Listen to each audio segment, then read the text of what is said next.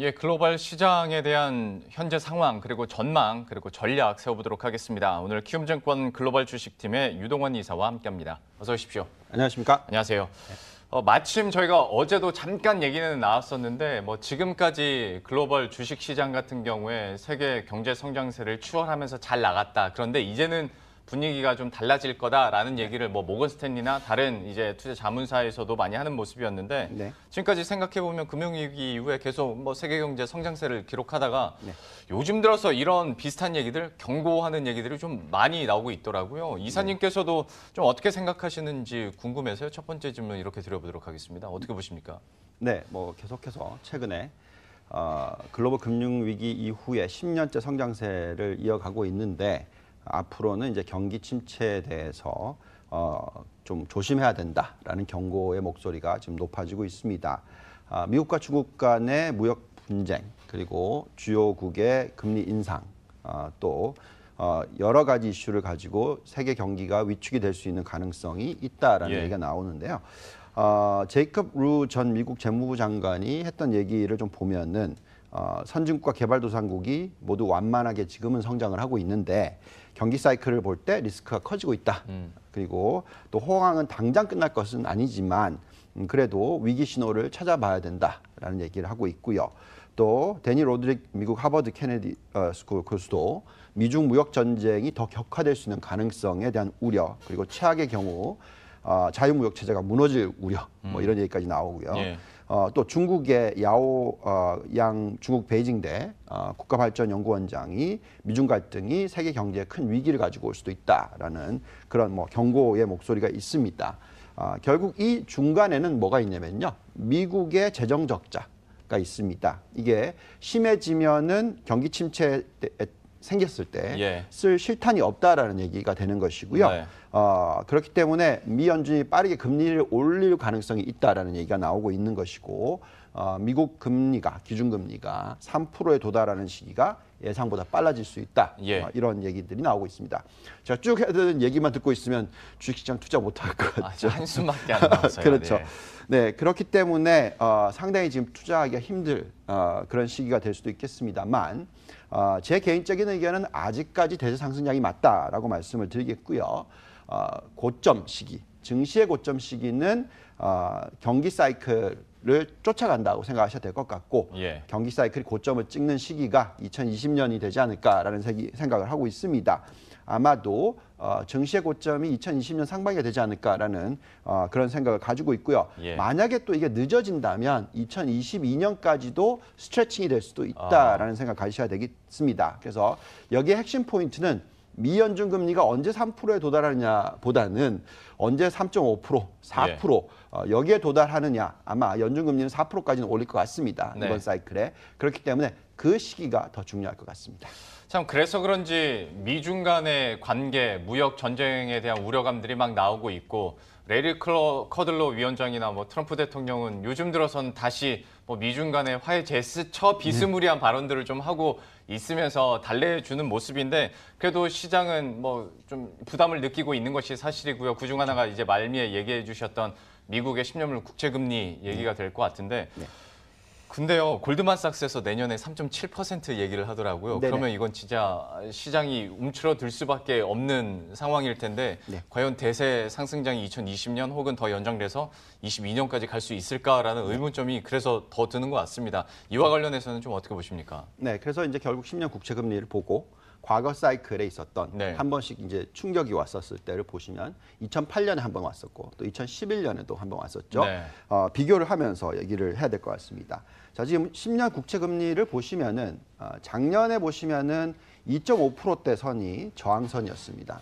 이것을 한번 뚫고 나니까 바로 올라서 이제는 지금 3%대에서 저항선이 만들어지고 있는데 어저께 올라갔죠. 그렇지만 아마 이게 저항선으로 작용을 하면서 계속 왔다 갔다 할 것 같습니다. 그리고 아마도 2019년이 되면 3.5%까지 바로 튀어오르는 그런 현상이 나올 테고요. 3.5% 선이 또 아마도 저항선이 될 것 같습니다. 자, 그래서 과거와 비교해 봐야 된다고 말씀을 드리는데요. 전에 보면은 언제쯤 이 장기금리가 4% 가까이 올라갈 거냐라고 생각했을 때 명목 성장률과 리얼 성장률과 인플레이션, 명목이 예. 아니라 죄송합니다. 리얼 성장률과 인플레이션 자체 두 개를 더했을 때 6% 이상 넘어가는 숫자가 나오면 아마 예. 도달할 거라고 생각합니다. 자, 보시면은 과거에 미국 서브프라임 위기가 일었었을 때 2008년도에 국채 금리가 거의 4%를 찍었었죠. 그리고 나서 유럽발 재정 위기가 나왔을 때도 거의 4% 근처, 한 3.8% 이상까지 올라갔었습니다. 자, 이 수치가 굉장히 중요할 것 같고요. 예. 이 수치들에 도달하고 나면 아마 글로벌 증시는 고점 타이밍이 되지 않을까라는 생각이 듭니다. 여기서 보시면 그때의 인플레이션하고 또 비교를 해보겠습니다. 물가 상승률은 금융위기 때 거의 6%까지 치솟아 올랐었고요. 예. 그리고 재정위기 때, 유럽 재정위기 때는 4% 수준까지 올라옵니다. 그래서 지금 현재는 이제 겨우 2.5% 수준 정도 되고요. 그래서 이 숫자가 언제 여기까지 도달하느냐가 중요할 것 같습니다. 그래서 사실은 이 두 개 숫자를 더했을 때 경제 성장률과 인플레이션 두 개를 더했을 때 6% 수준 예. 정도 되면 실질적으로 위기가 올 수가 있다라고 생각을 두 개를 하는데 더했을 때. 지금 현재 시점에서는 미국의 경제 성장률이 2.3%. 예. 그리고 미국의 인플레이션이 2.5%입니다. 예. 두 개를 더하면 4.8%죠. 네. 아직까지 1.2% 정도 남아있다라는 얘기를 해드리는 것이고요. 그 전까지는 미국 증시의 고점을 논하기는 좀 빠르다고 생각을 합니다. 그래서 결국은 미연준 금리가 4%에 제가 생각하기에는 위기가 터질 것이라고 생각하는데 예. 도달하는 시기가 쭉 올리겠죠. 그러면서 아마 2020년에 도달하거나 좀 천천히 가면 이 속도대로만 간다면 2022년이다라는 말씀을 드리는 것이고요. 좀 더 빠르게 하면 2020년이 된다라고 말씀을 드리겠습니다. 결국 앞으로의 고점은 저도 고점에 대해서는 굉장히 예민합니다. 예. 고점 온 시기가 되면 그때는 당연히 주식 투자를 하면 안 되겠죠. 이런 상황에서 핵심 포인트는 뭐냐면 아직까지 시간적 여유가 있고요. 그 전에 펀디멘탈 밸류에이션을 놓고 봤었을 때 예. 미국 증시는 지금보다는 적어도 20%, 많게는 40%, 50%까지도 예. 더 상승을 하고 끝날 것 같다라는 예. 게 핵심인 것 같고요. 따라서 지금 현재의 조정에서는 아직까지는 조정을 기회로 삼으셔야 된다 말씀드리겠습니다. 그러면 시각을 조금만 더 단기적으로 좁혀보도록 하겠습니다. 그러니까 뭐 금리야 워낙 점진적으로 하겠다라는 말을 연준이 워낙 많이 해서 어느 정도 뭐 이렇게 예상이 되지만 예를 들어서 인플레이션율도 그렇고요. 미국의 경제 성장도 그렇고 달러도 그렇고 특히 이제 지난주에 얘기했었던 국제유가 같은 경우에도 네. 올해는 속도가 문제인 거 아니겠습니까? 근데 밸런스가 깨지면 시장에서 당연히 좀 움츠러들거든요. 네. 국제유가 같은 경우에 그래서 계속 뭐 지난주부터 변수로 작용이 되고 있는 부분인데 국제유가의 뭐 전망이나 우리가 뭐 68에서 한 73달러 선 레인지를 계속 얘기를 했었는데 좀 변화가 있습니까? 어떻습니까? 예, 결국은 유가가 왜 중요하냐면 유가는 인플레이션을 자극합니다. 당연히. 근원 인플레이션에 많이 제외가 되지만 모든 인플레이션에 영향을 주게 되고요. 지금 유가가 70달러를 돌파를 했습니다. 그래서 다들 얘기하는 게 내년에 100달러 얘기가 지금 나오고 있어서 유가가 한 단계 레벨업을 하는 게 끝나는 것이냐 아니면 예. 더 올라가느냐 하는 부분이 중요할 것 같고요. 또 올해 인플레이션은 확대될 거라고 예상을 했었죠. 네. 세 가지 요소를 말씀을 드리면서 유가, 그리고 미국의 헬스케어 비용, 그다음에 미국 경제 성장률이 3% 수준을 앞으로 장기적으로 회복한다. 예. 이런 부분들이 유가를 상승시키고 있습니다. 근데 이제 단기적으로 뭐 베네수엘라 이슈라든지 뭐 여러 가지 이 중동 지역 문제라든지 이러면서 유가를 올리고 있는 요소가 되는데 이게 그럼 얼마까지 올라가느냐가 상당히 중요할 것 같고요. 저희는 여기에 보시듯이 60에서 75달러 정도의 박스권을 예상을 하고 있습니다. 예. 이 정도만 멈춘다면 인플레이션이 지금 현재 2.5%에서 크게 더 치고 올라가는 모습은 안 나올 것 같다라는 것이고요. 근데 만약에 진짜 100달러 간다. 네. 자, 이렇다면은 미 연준 금리 올리는 속도가 더 빨라질 수 있습니다. 그래서 이 부분은 굉장히 조심스럽게 지켜보셔야 될 것 같고요. 저희가 예상하기에는 왜 그러면 60에서 75달러 정도의 박스권의 유지가 될 거냐라고 말씀을 드리면 지금 여러 가지 이슈가 있지만 미국의 셰일가스 회사의 공급은 계속적으로 늘어날 수밖에 없다. 예. 그래서 75달러까지는 갈 수는 있겠지만 오랫동안 80달러, 90달러 이렇게 가기에는 무리가 있다는 말씀을 드리겠습니다. 국제유가 전망에 대해서도 함께 얘기를 해줬고요. 시간 관계상 딱 30초씩 질문 2개만 드리도록 하겠습니다. 그러시죠.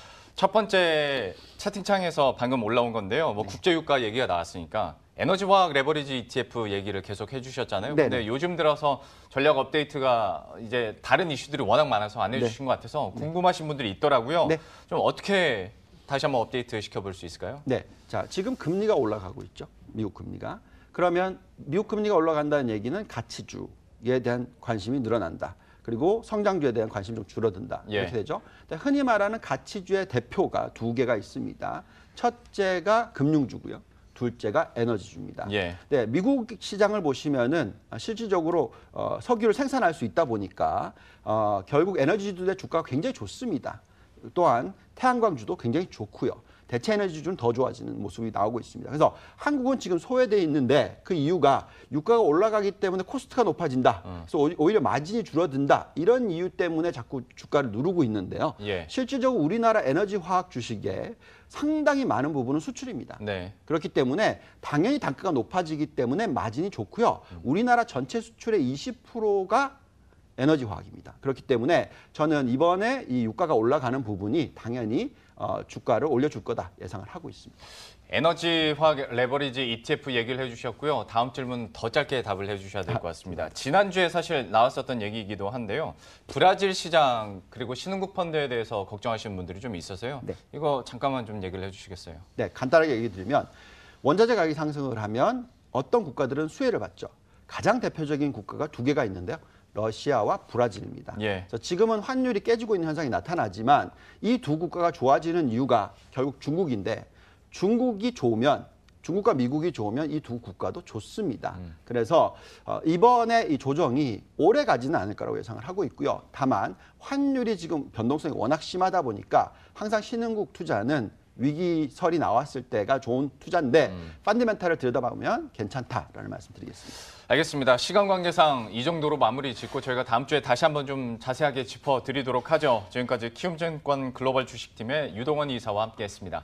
오늘 말씀 고맙습니다. 감사합니다.